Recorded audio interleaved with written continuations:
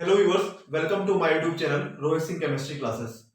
तो आज हम लोग न्यूमेरिकल्स देखने वाले हैं कंसंट्रेशन चैप्टर पे। प्रीवियसली जो हमने कंसंट्रेशन पार्ट देखा था, मेथड्स ऑफ एक्सप्रेसिंग कंसंट्रेशन। तो कुछ व्यूअर्स की रिक्वेस्ट थी कि सर कुछ न्यूमेरिकल्स सॉल्व करा दिए जाए। तो हमने जो भी कंसंट्रेशन पार्ट देखा था, कुछ न्यूमेरिकल्स हम देखेंगे। और ये जो न्यूमेरिकल है, ये मेरे ही बनाए हुए क्वेश्चंस हैं और वो सिचुएशन बेस्ड हैं जो न्यूमेरिकल्स मैंने आपको पढ़ाए थे। जस्ट एक ही क्वेश्चन में कराऊंगा कि जैसे आपका फॉर्मूला भी रिवाइज हो जाए और इनकी जो फॉर्मूले की जो एप्लीकेबिलिटी है, यानी कि हम कैसे न्यूमेरिकल सॉल्व करेंगे, उसको भी हम लोग देख लेंगे। तो सबसे पहला जो पार्ट कंसंट्रेशन हमने कवर किया था वो था परसेंटेज। ठीक है, तो कुछ क्वेश्चन मैंने ऐसे डिजाइन किए हैं जैसे न्यूमेरिकल्स का हर एक मतलब जो भी फॉर्मूले हैं सबका पार्ट कवर हो जाए। तो यहाँ पे देखिए परसेंटेज का मैंने एक ही फॉर्म लिया है, यानी परसेंटेज वेट बाई वेट ही लिया है मैंने। ठीक है, इस तरीके से हमने आपको दो कंसंट्रेशन और बताए थे, परसेंटेज वेट बाय वॉल्यूम और परसेंटेज वॉल्यूम बाय वॉल्यूम।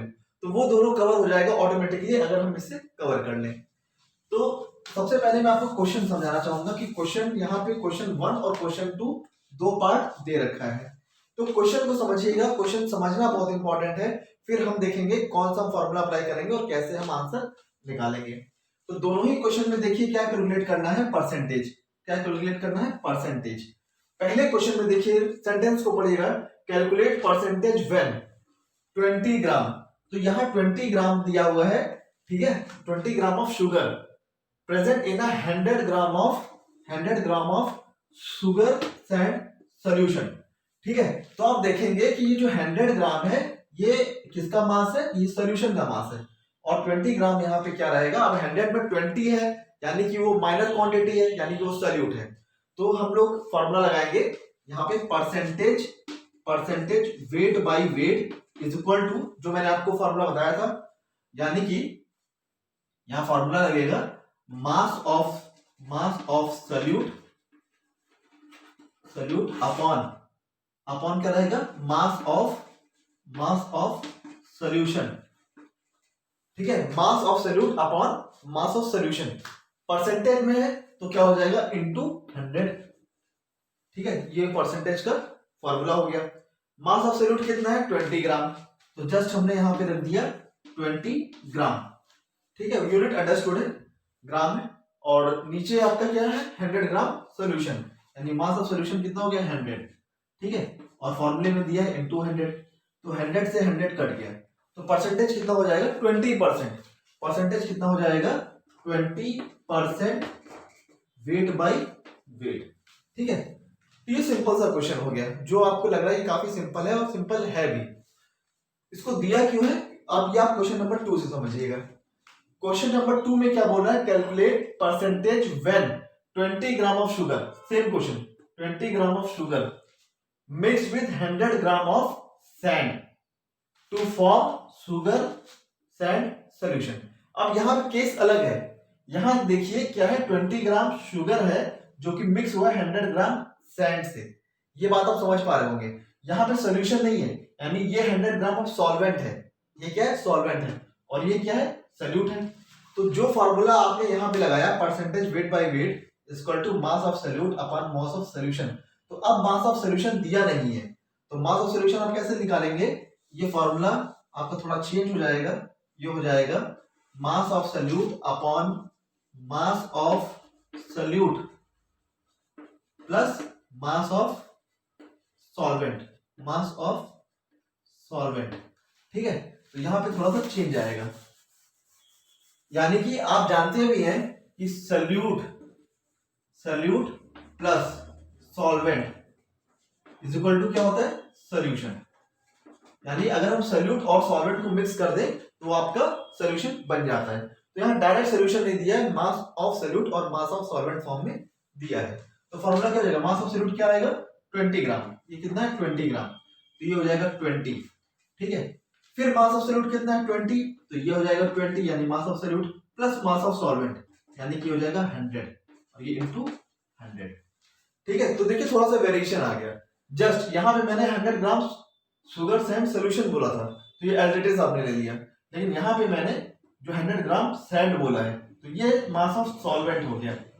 इसको हम ऐसे सॉल्व करेंगे, तो ये कितना हो जाएगा, ये हो जाएगा 20 बाई 120 इंटू 100। ठीक है, अब इसको आप सॉल्व कर लीजिए। सॉल्व करके जो आंसर आएगा वो आपका वैल्यू हो जाएगा। ठीक है, तो हमको यह ध्यान रखना है कि कब हमको मास ऑफ सॉल्यूशन रखना है और कब हमको mass of solute plus mass of solvent रखना है। तो उस हिसाब से हम क्वेश्चंस को हैंडल करेंगे। तो ये था कुछ परसेंटेज का क्वेश्चन। अब आगे बढ़ते हैं हम लोग मोलैरिटी पे। ये भी बहुत इंपॉर्टेंट पार्ट है। तो यहाँ पे भी क्वेश्चन मैं फ्रेम करूंगा और आपको सॉल्व करके दिखाएंगे कि कैसे उसको अप्लाई किया जाता है।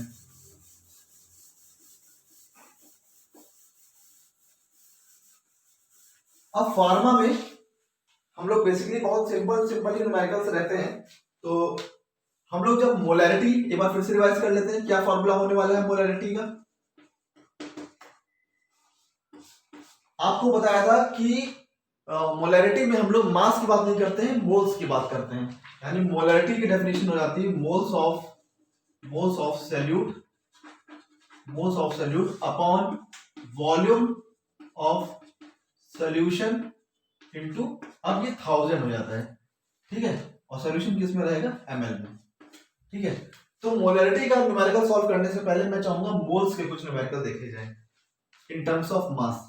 व्हाट इज मोल्स, हम मोल्स कैसे कैलकुलेट करेंगे। ठीक है, तो मोल्स का फॉर्मूला मैंने आपको बताया था, moles equal to given mass upon molecular मास।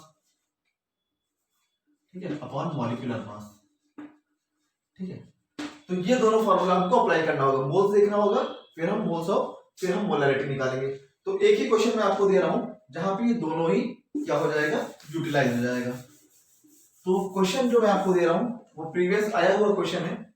देखिए, आपको निकालना है कैलकुलेट मोलैरिटी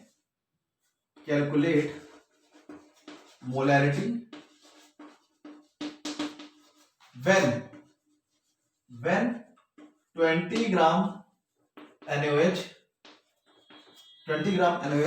dissolved in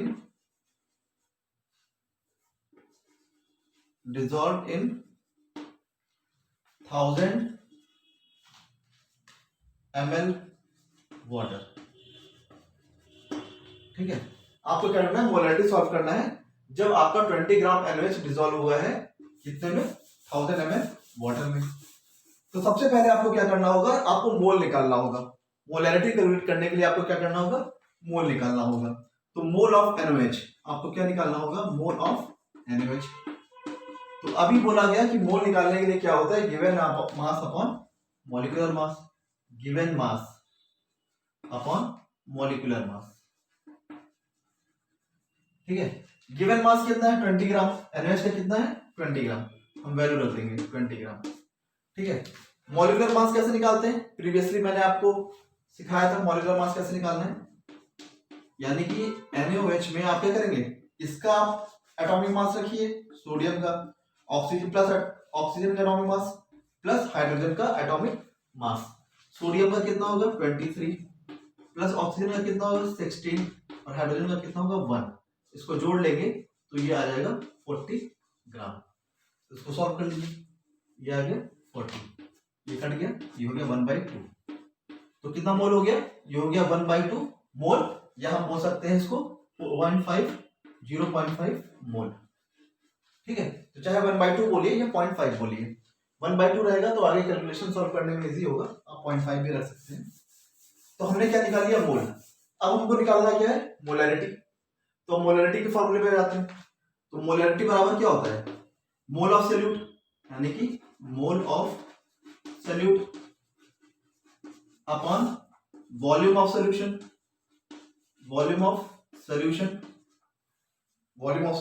मोल कितना है याद रखिएगा, कितना है, हाफ आया है। ठीक है, इनटू 1000 और मैंने बोला था ये किसमें रहेगा, ml में, ये ml में। तो अब वैल्यू रख देते हैं, मोल कितना है हाफ, हमने वैल्यू रख दिया हाफ। ठीक है, वॉल्यूम कितना है, वॉल्यूम देखिए कितना है 1000 ml के लिए या 500 ml के लिए, जिसके लिए हम लोग देख लेते हैं, यहाँ भी 1000 है तो ये हो गया 1000। ठीक है, और फॉर्मूले में भी 1000 है, तो 1000 कट गया, बचा कितना, हाफ। ठीक है, तो कितना मोलर हो गया, ये हो गया 0.5 मोलर सॉल्यूशन। ठीक है। अब सपोज करिए 1000 ml नहीं होता, यहाँ हम 500 ml के लिए बनाना होता हमको, तो हम उस हिसाब से वैल्यू चेंज कर लेते।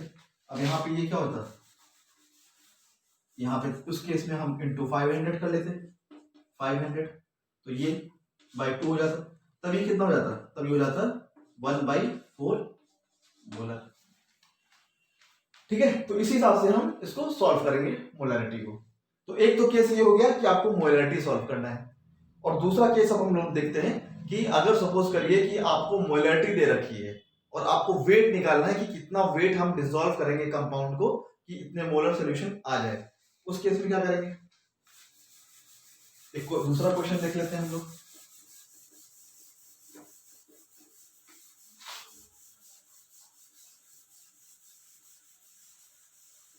यानी कि अब जो हम लोग क्वेश्चन देखेंगे ये इसका रिवर्सल है। सपोज करिए कि क्वेश्चन है ऐसा, कैलकुलेट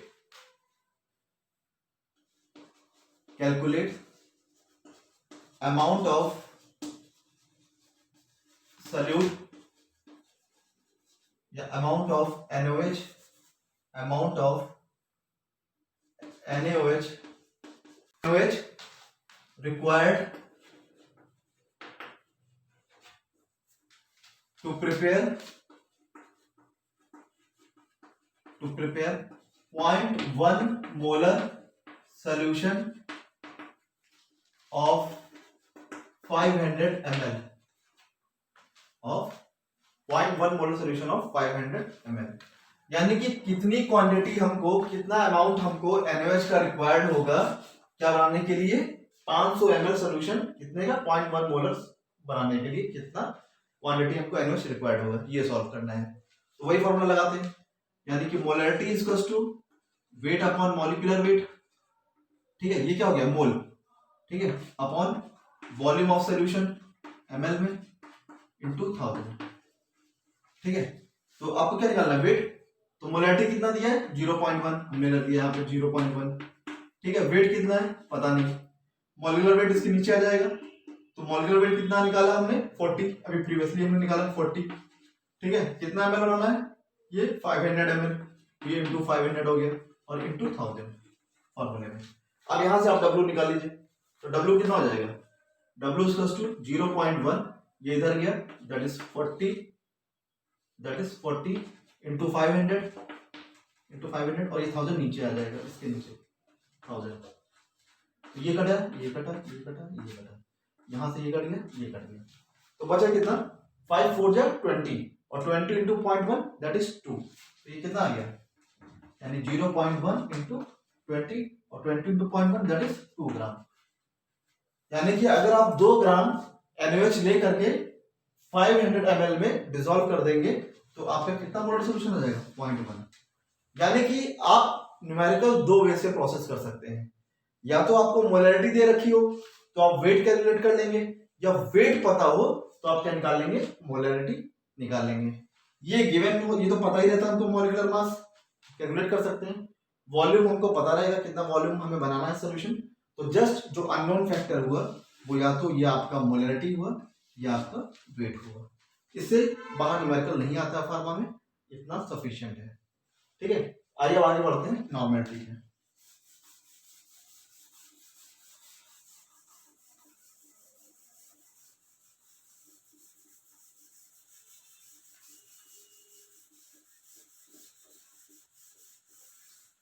नेक्स्ट है नॉर्मेलिटी।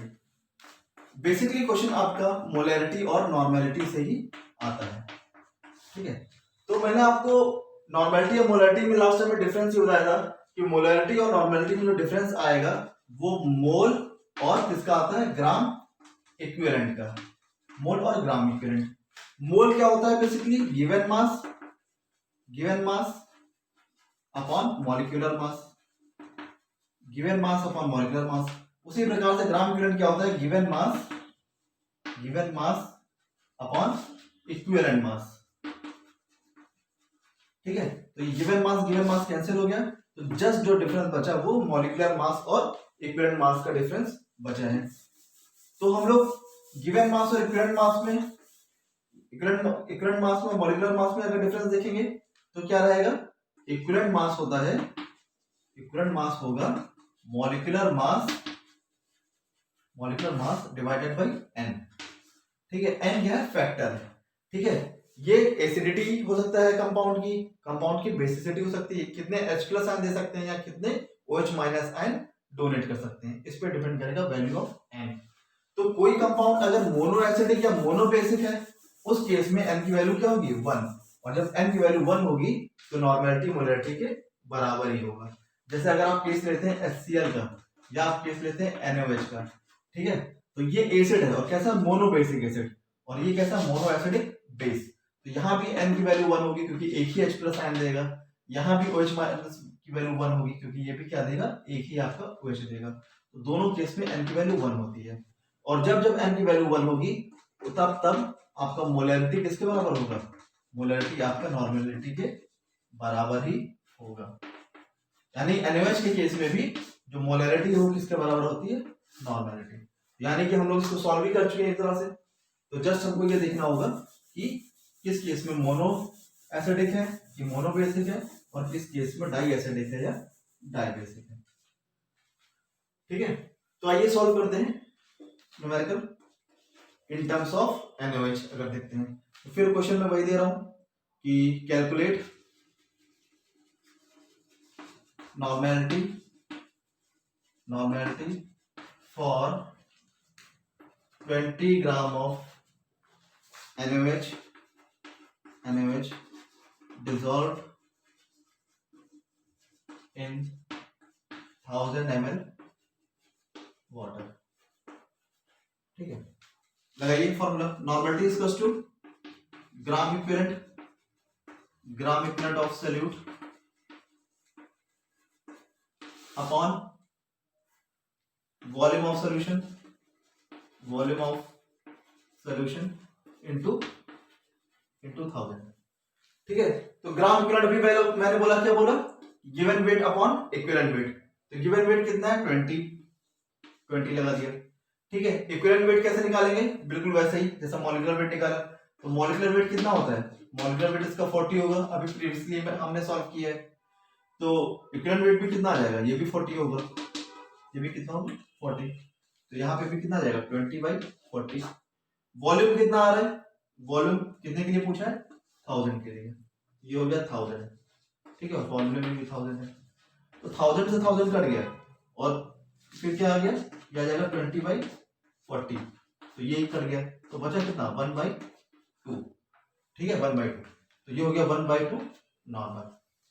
तो जैसे आपने देखा कि मोलैरिटी के केस में भी 1/2 मोलर था, नॉर्मलिटी के केस में भी 1/2 ही आया।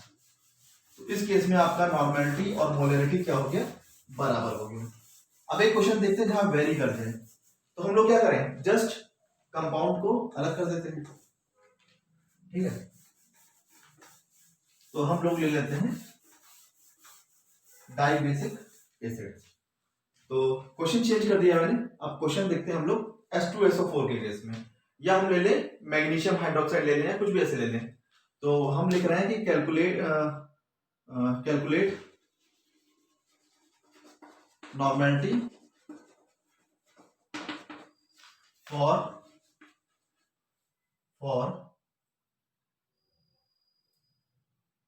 98 gram of H2SO4 dissolved in 1000 ml of water। ठीक है, तो आपको क्या करना है, इक्विवेलेंट वेट निकालना है, मॉलिक्यूलर वेट निकालना है। तो H2SO4 का हम लोग पहले मॉलिक्यूलर वेट निकाल लेते हैं। H2SO4 का मॉलिक्यूलर वेट निकालते हैं, तो 2 into H H का कितना होगा, 1, प्लस सल्फर का कितना होगा, 32, प्लस 4 into 16। ठीक है, सबको सॉल्व कर लीजिए, आंसर आएगा आपका 98 ग्राम। सॉल्व करके देख लीजिए। ठीक है, तो ये तो हो गया मॉलिक्यूलर वेट, किसका हो गया, मॉलिक्यूलर वेट ऑफ H2SO4। अब आपको निकालना क्या है, इक्विवेलेंट वेट। तो अब ये मोनो तो है नहीं, ये डाई हो गया क्योंकि यहाँ 2 प्रोटॉन निकलेगा। तो फॉर्मूला क्या हो जाएगा इक्विवेलेंट वेट का, molecular weight divided bye n। और यहाँ n की वैल्यू क्या हो जाएगी, n इक्वल टू 2, क्योंकि कितना Isaac निकलेगा, कितना H प्लस निकलेगा 2। तो मॉलिक्यूलर वेट कितना आया 98, 98/2 कितना हो जाएगा 49 ग्राम। तो इक्विवेलेंट वेट ये आ जाएगा। अब फॉर्मूला रखते हैं नॉर्मलिटी का, तो नॉर्मलिटी इक्वल्स टू इक्विवेलेंट यानी gram equivalent weight, gram equivalent weight मतलब weight upon equivalent weight, weight upon equivalent weight divided by volume of solution, इसमें ml में इनटू 1000। तो वेट कितना दिया गिवन है 98, इक्विवेलेंट वेट कितना आया हाफ 49, वॉल्यूम कितना है 1000, ठीक है, और फैक्टर भी आपका 1000 है। तो 1000 से 1000 कट गया, कितना बचा 98/49 और ये कट गया 2, यानी नॉर्मलिटी कितनी आ गई 2 normal, that is normality equals to 2 normal. Clear है? तो जस्ट हमको ये देखना होगा कि जो आपका इक्विवेलेंट फैक्टर है, ठीक है, ये n की वैल्यू क्या है, ये हमको देखना होगा। तो जहां पर भी n की वैल्यू 1 होती है तो नॉर्मलिटी किसके बराबर होगा, मोलैरिटी के बराबर होगा। तो ये कुछ क्वेश्चन थे मोलैरिटी, नॉर्मलिटी के और परसेंटेज के। तो यहीं पे हम इसको रोकते हैं कि इससे बाहर न्यूमेरिकल्स नहीं आते हैं। तो जनरली आप मोलैरिटी नॉर्मलिटी को परफेक्ट कर लीजिए तो आपका न्यूमेरिकल पोर्शन कंप्लीट हो जाएगा। So thanks for watching my YouTube channel.